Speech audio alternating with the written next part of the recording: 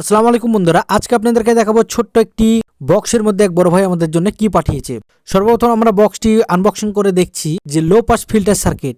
এই low pass filter সার্কিটটি base সার্কিটের কাজ করে এবং 4 ট্রানজিস্টরের স্টিরিও সার্কিট, যেটা কম্বো প্যাক হিসেবে আমরা তৈরি করে থাকি এবং সেল করে থাকি। দেখুন ক্যাপাসিটারটি একটু উঠে গেছে, মানে ক্যাপাসিটারটি বাদ।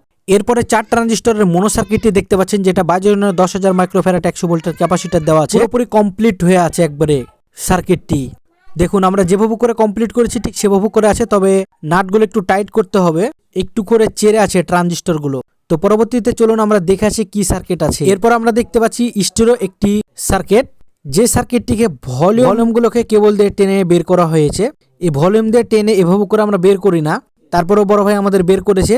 যাই হোক, খুব সুন্দর হয়েছে কাজটি। কিন্তু একটি জিনিস খেয়াল করে দেখলাম যে এই জায়গাটির লাইনটি একদম উঠে গেছে। কিসের জন্য উঠে গেছে তা আমরা তাও জানি না। এই বিষয় নিয়ে আমার ভাইয়ের সাথে কথা আছে, পরবর্তীতে জানিয়ে দেবো। আর এটি হচ্ছে আপনাদের ইলেকট্রনিক্সের প্রথম স্টিরিও সার্কিট বেস্টন।